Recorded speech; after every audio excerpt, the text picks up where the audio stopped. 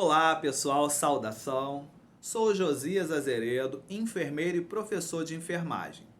Hoje eu vou falar mais um pouquinho de anatomia e o tema que eu escolhi para a aula de hoje é sistema digestório. Quem é que não gosta de comer muito? Na verdade, comer muito não é benéfico para a nossa saúde. Se você come muito, você pode ter muitos problemas. Se você come pouquinho ou quase nada, fazendo aquela dieta rigorosa, você pode ter sérios problemas também. Então, o ideal é fazer um balanço, ter uma alimentação sadia. E para isso nós vamos falar também da estrutura do sistema digestório e vamos falar de situações importantes para trazer para o nosso dia a dia, de dicas para ter uma alimentação sadia e saudável. Vem comigo. Anatomia do sistema digestório. O sistema digestório humano é dividido em duas partes: tubo digestório e órgãos anexos. No tubo digestório nós podemos contar parte superior, a boca ou a cavidade nasal, faringe, esôfago e estômago. Logo depois nós vimos o intestino delgado, que é o primeiro intestino. Ele é formado por 3 porções: duodeno, jejuno e íleo. E mais no finalzinho do tubo digestório, podemos contar com o segundo intestino, que é o intestino grosso, formado pelas partes seco, cólon e reto, finalizando com o ânus. Os órgãos anexos. Nós podemos contar com as glândulas salivares, como por exemplo parótidas, sublinguais, submandibulares. Também contamos com os dentes, língua, fígado, vesícula biliar e pâncreas. Esses órgãos anexos são de extrema importância para que aconteça o primeiro mecanismo, né? Vamos começar com a mastigação do alimento, para que quando ele for descendo para o nosso estômago, ele já tenha sido pré-processado pela mastigação com os dentes, a salivação, as glândulas que nós mencionamos, né? E a língua vai empurrar este bolo alimentar até o estômago. Então, esse primeiro processamento começa na cavidade bucal. Vamos mais adiante, hein? O desenhozinho mostra aí a figura, né, do alimento quando entrar pela boca, ele é processado, mastigado e com a saliva ele forma um bolo e é empurrado pela língua através do esôfago que vai pairar no estômago. Uma outra figura mostra, né, uma fruta sendo ingerida e ela tem que descer já mastigada, que é o primeiro processamento. Outras figuras mostram em um corte lateral o tubo digestório.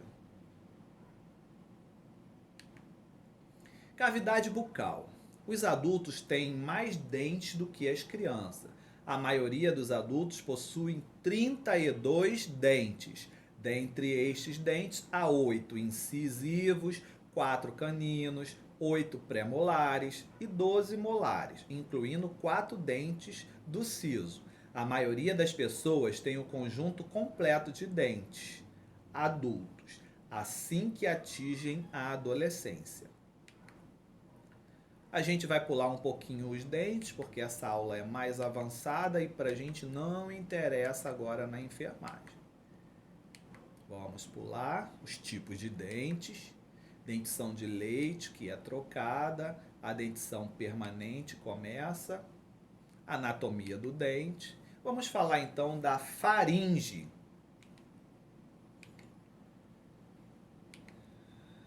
O esôfago. A partir do momento que o bolo alimentar desceu pelo esôfago, ele vai cair no estômago.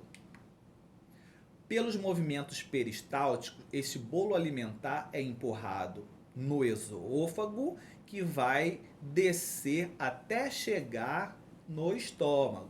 Então, os movimentos peristálticos têm aí uma eficácia tão profunda que mesmo você de cabeça para baixo, você consegue deglutir, porque este movimento, denominado peristaltismo, vão empurrando o bolo alimentar pelo esôfago até o estômago. A figura à esquerda mostra este movimento empurrando o bolo alimentar, e a figura da esquerda também mostra esse alimento já chegando lá no estômago. Esôfago é um órgão oco do tubo digestivo situado abaixo do diafragma, entre o esôfago e o duodeno, onde os alimentos são depositados, pré-digeridos e esterilizados antes de serem enviados ao intestino. Doenças que acometem o esôfago: gastrite, refluxo gastroesofágico, intolerância alimentar, úlcera péptica, pancreatite, colelitíase, câncer do estômago e dispepsia. Dispepsia é o nome usado para descrever uma variedade de sintomas originados no estômago, que inclui queimação, né, que é chamado de pirose, dor ao deglutir, ao ingerir algum alimento, indigestão, indisposição gástrica, diversos sintomas apresentam aí na dispepsia. Uma figura mostrando aí a mucosa gástrica do estômago, o suco gástrico. Endoscopia. Vamos falar um pouquinho do que vem a ser endoscopia. É um procedimento, né, com uma câmera, com um mecanismo chamado endoscópio, que vai ser inserido pelo tubo digestório, que vai até o estômago, para visualizar alguma úlcera, algum problema que acontece nesse tubo. Geralmente o paciente ele é sedado local ou uma sedação geral para fazer o procedimento de endoscopia. Vocês veem aí que a câmera está até o estômago, tentando captar alguma inequação ali naquele estômago. Úlceras gástricas são visualizadas através da endoscopia. Intestino delgado é constituído pelas partes jejuno, ou melhor, duodeno, jejúnio e íleo. Intestino delgado faz parte do sistema digestivo ou digestório, tá? Se estendendo entre o estômago e o intestino grosso. É dividido em 3 partes: duodeno, jejuno e íleo.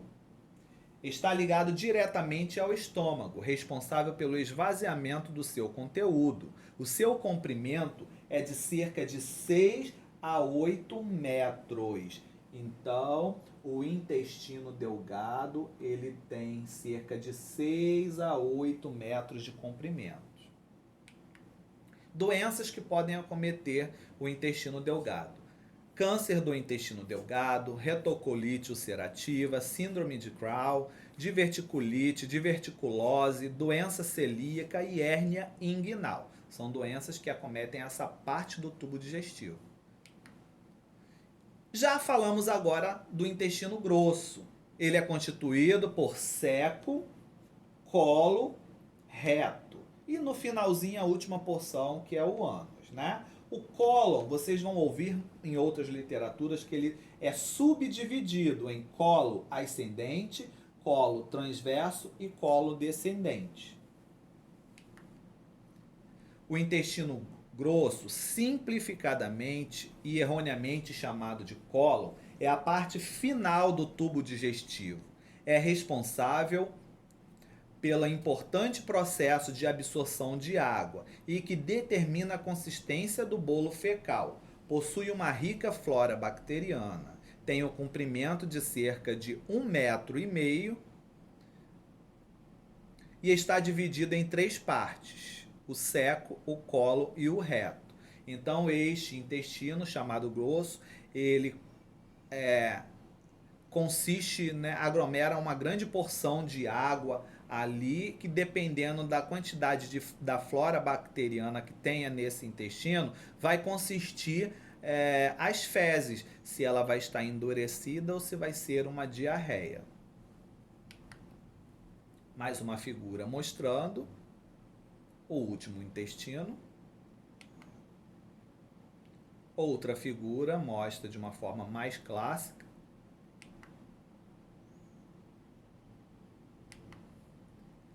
apêndice cecal. Todo mundo já ouviu falar sobre apendicite, não é? Apêndice. Então vamos falar rapidamente sobre esse órgão vestigial aí. O apêndice era considerado um órgão vestigial, ou seja, os estudiosos imaginavam que ele não servia para nada, que era um vestígio de algum outro órgão, né? Cuja função havia sido perdida com o tempo. Praticamente era um fóssil em nosso abdômen, era considerado isso. Mas lá em 2007, cientistas da Universidade Duke, nos Estados Unidos da América, divulgaram que ele fabrica e serve como depósito de bactérias que auxiliam na digestão.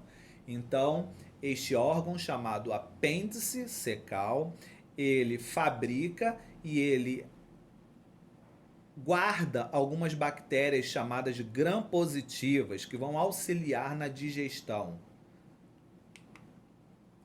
E a apendicite, que a gente ouve falar muito no dia a dia.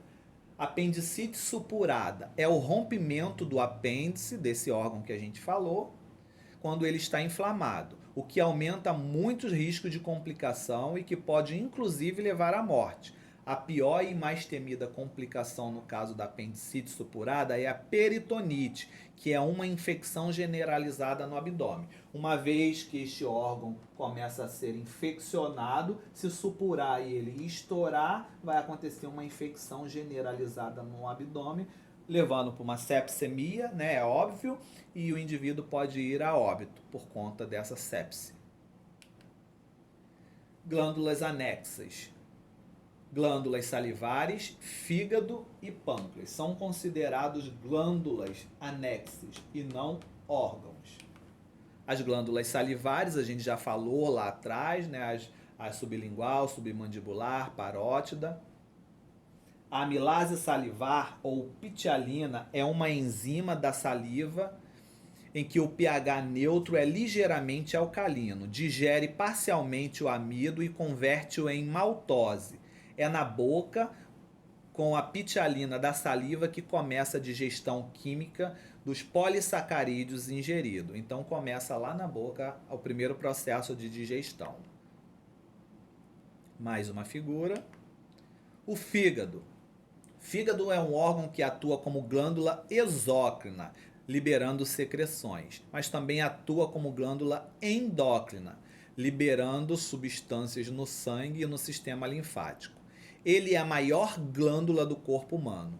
Ele participa também na regulação do volume sanguíneo, possui importante ação que traz a antitóxica contra substâncias nocivas ao organismo, como o álcool, a cafeína e algumas gorduras. Desempenha muitas funções importantes dentro do nosso organismo, como armazenamento e liberação da glicose, metabolismo de lipídios, metabolismo das proteínas, que converte amônia em ureia, síntese da maioria das proteínas do plasma, processamento de drogas e hormônios, destruição de células, das células sanguíneas. Então, existem várias funções aí que o fígado repassa para que a gente possa entender um pouquinho da mecânica dele. Doenças do fígado. As principais doenças que acometem o fígado são hepatite, doenças causadas pelo alcoolismo, como a cirrose, doenças hepatotóxicas, insuficiência hepática, fibroses e dentre outros. Vesícula biliar. A vesícula biliar é um órgão em forma de saco, parecido com uma pera, localizado abaixo do lóbulo direito do fígado. Sua função é armazenar a bile, líquido produzido pelo fígado, que atua na digestão de gorduras no intestino. Cálculos biliares. São depósitos duros, como os cristais de rocha, que se formam dentro da vesícula biliar. Os cálculos biliares variam em tamanho. Eles podem ser do tamanho de um grão de areia, como também podem ser grandes, como uma bola de golfe. Algumas pessoas desenvolvem apenas um cálculo biliar, enquanto outras podem desenvolver muito mais. Existem diversos tamanhos. E o pâncreas? O pâncreas é uma glândula que faz parte do sistema digestório e endócrino dos vertebrados. O pâncreas produz o suco pancreático, que age no processo digestivo, pois possui enzimas digestivas. Esta glândula também é responsável pela produção de hormônios, como, por exemplo, insulina, somatostatina e o glucagon, que vai regular aí a glicose do organismo, né? A insulina para combater a glicose quando é exasperada e o glucagon que vai dar um sustento aí se a glicose do organismo for muito diminuída, entrando numa hipoglicemia. Então o pâncreas ele é de extrema importância para a saúde vital do ser humano. Pancreatite é a inflamação do pâncreas, que pode ser aguda ou crônica, causada por alcoolismo ou por migração de cálculos biliares. Estes processos podem resultar em edema, que é o acúmulo de líquido, hemorragia e até necrose, morte tecidual, pancreática e peripancreática. Muito obrigado por assistir a minha aula. Espero que eu tenha tirado algumas dúvidas. Convido você a revisar esse conteúdo, fazer anotações e em breve estaremos voltando com mais um conteúdo de anatomia. Um grande beijo para vocês e mantenham-se em quarentena. Venham comigo.